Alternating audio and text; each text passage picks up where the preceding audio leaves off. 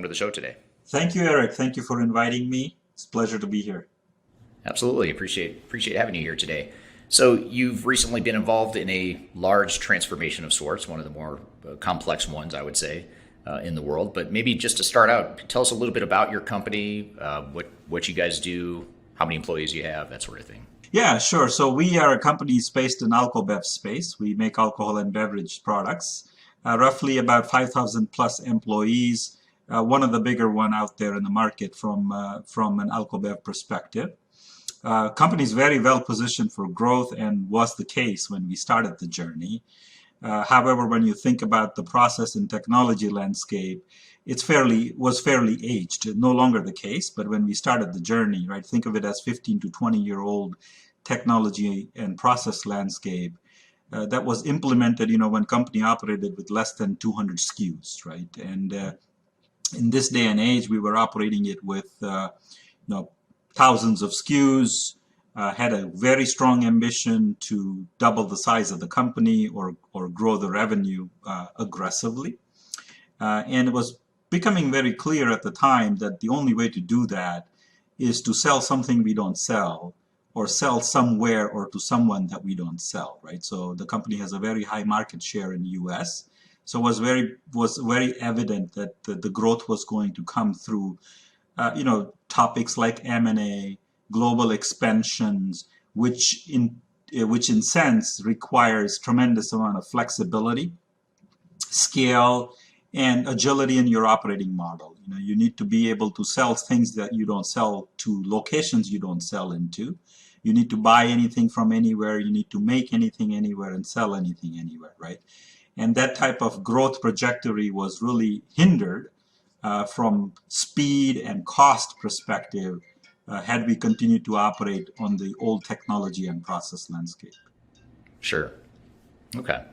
And was there any sort of tipping point that you reached in your journey there that I'm sure it didn't just happen overnight, but was there anything that triggered you to say, hey, it's time for us to go revisit our landscape and really build in that agility and update our technology and all the stuff you just mentioned? Yeah, well said, right? So there were really two tipping points from what I can see, right? The one was very evident. Technology was a tipping point. We used to operate on JD Edwards that was implemented in early 90s, still on AS400 landscape. And, if I use this a lot in my analogy, but that system had 2 million lines of custom codes that was built over time, right? It was very customized, and it became evident that at one point in time, if we needed to switch a hardware, we were looking for it on eBay. So it was really difficult to maintain, not just difficult, very high risk to maintain the size of the business on that type of a platform, let alone put another layer of ambition to scale and grow that business, right? So that was a big factor. And as I said, the second factor was just the fact that business would go through a transition of co-manufacturing model or a tolling model, and people would operate that on pen and paper. It will take 6 to 9 months for processing systems to catch up, right? So we were really in a place where business was moving at a much faster pace than the whole process and technology landscape can keep up with. Right. Yeah, it sounds like a good problem to have as an organization, but still a problem. It's an opportunity. Yeah, absolutely right. I say this a lot that for us, we did this at the time of growth, right? Which is a good time for companies to really look into this. We didn't do this at the time of hardship. We did this transformation at the time of growth. And it's kind of like, some of the East Coast folks will use this phrase, right? We changed the roof while sun was shining, right? So right. It's definitely a good time to do that. From my perspective, I think it's better time to do these types of transformation when the business is doing well than to do that when, you're in a bit of a hardship from a financial perspective. Right. Couldn't agree more. So what about the transformation itself? Tell us a little bit about the scope of what it is you ended up doing. You talked a little bit about where you're at and where you started from, but what was the kind of lead us down the path of how you started down that path of the transformation? Yeah, so we are a very vertically integrated company, right? And that means, think of it as majority of the product that goes into your finished goods are homegrown. We also have a fairly strong arm of logistics operations. So when you look at that, us as a vertically integrated company, we really attacked all aspects of that vertical integration and the value chain, except for sales and marketing.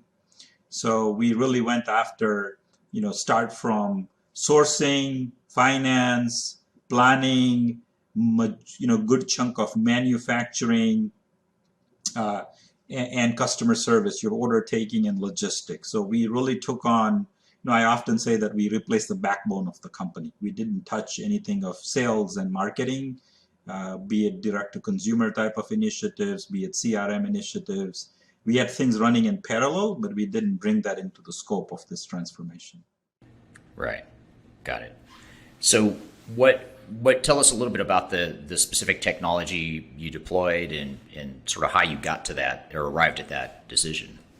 Yeah, and I think this would be a great point for those that are in the market thinking about this, right? So when we took on this type of a journey, there were many in the marketplace from a technology perspective that we can really anchor to, right? There's not just one company. And we did a couple of things. So one thing we did really well was we brought in an outside perspective, completely technology agnostic, not having married to a specific technology, and really used them to help us understand what is the market space like, what are some of the pros and cons, what are the best suited vendors from a technology perspective that really matches us from an industry complexity as well as our growth ambition and our natural ambition to do this once for the next three decades, right? So it was very important that we partner with someone that has strategic trajectory to where we want to be, but at the same time has a very good fit to our complexity and our basic needs of today, right? And we went through a very deep exercise. We spent about 1 year preparing ourselves in selecting technology, selecting implementation partner, and really preparing that internal team, be it from the C-level board executive all the way to individual contributor, not just identifying them, but really shaping them and getting them ready for this transformation. In the end, we selected SAP, and with it, we also changed our fundamental strategy in terms of being, a best of suite rather than best of breed. And we selected SAP as our technology, but we had many others that we looked at. We looked at JD Edwards, we looked at Infor, we looked at Microsoft, various. Right. And what was it that led you to SAP? Was there anything in particular that really stood out or that was particularly well aligned with what you were trying to accomplish with this transformation and just overall as an organization? Yeah, I would say a few things, right? So first and foremost, it's there, and this goes back about 4 years, right? So this is a phase where we were in about 4 years ago. So 4 years ago, they were very, very much, very heavily invested in taking their core ERP from ECC into S4 space.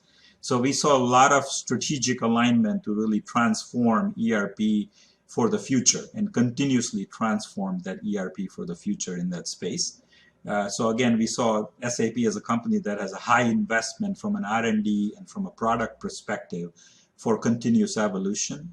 We also saw them as more centric when it comes to product portfolio. It was a company that had less product than Oracle when it comes to ERP. So we found a bit more focus as a company.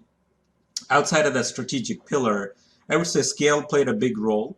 So given that we are very vertically integrated and we have a high growth potential, right, and ambitions, the scale played a big role in terms of selecting someone that has proven to be operating in very diverse marketplace, right? I joke around and say SAP is used to build rockets and tissue paper, right? So go find your space in between, right? So we found that diversity to be very appealing, right?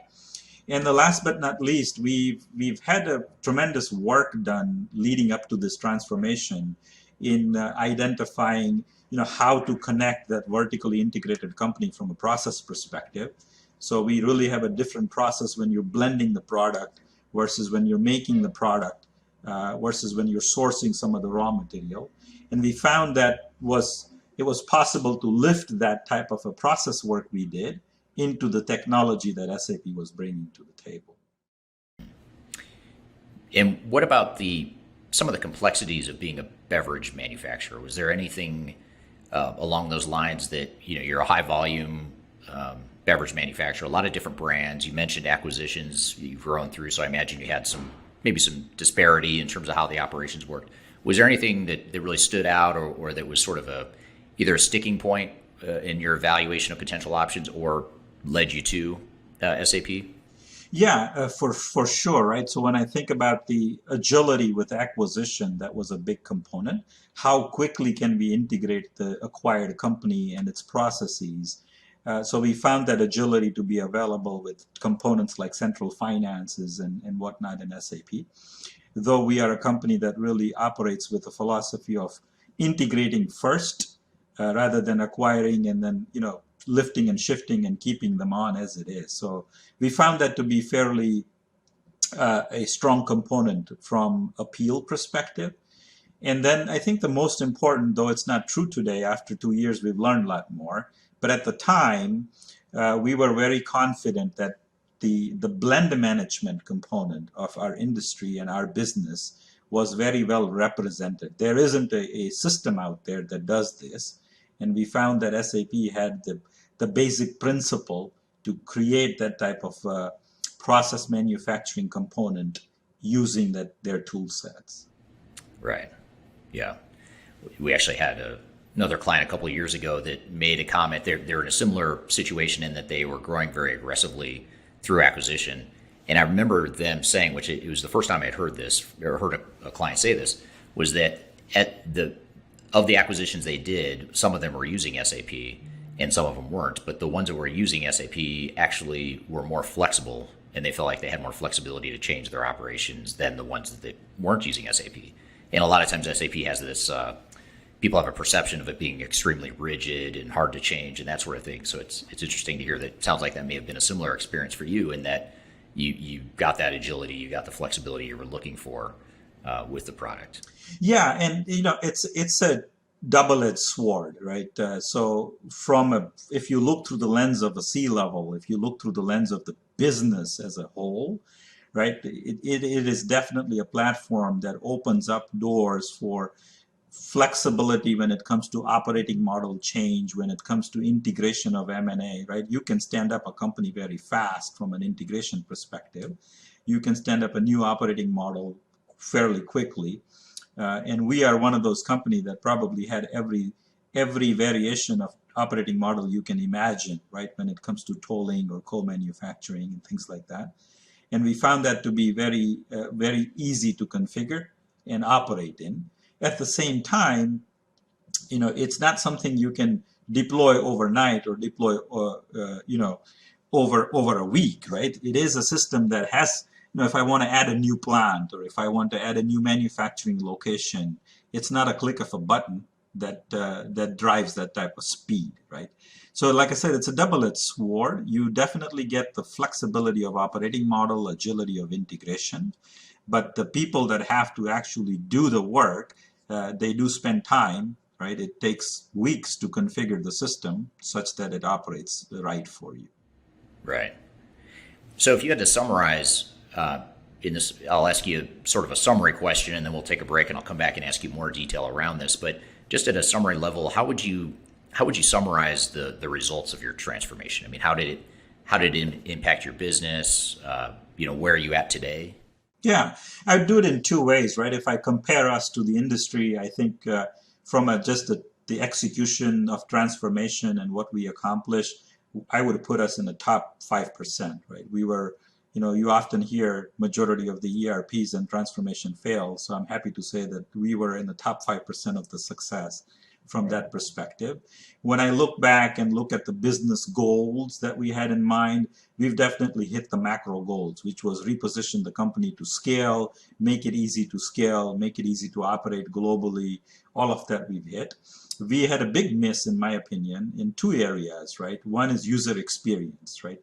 We went in with a very strong ambition, especially with things like Fiori and the innovations that SAP had lined up, to really elevate that user experience to be more modern, mobile type user experience.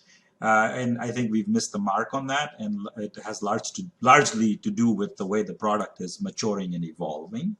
And then we've missed the mark in certain area of our business case, right? So we expected tremendous amount of efficiency in areas like sourcing, and we've not achieved that yet. And again, it has to do a lot with the way that the maturity of the tools are, and as well as in planning, right? So those two areas we're behind. We haven't fully gotten there. But outside of that, like I said, if you look at a macro picture, achieved the projects in time, well under budget, really good success from go live perspective. Overall, companies being able to scale fairly aggressively post go live as well.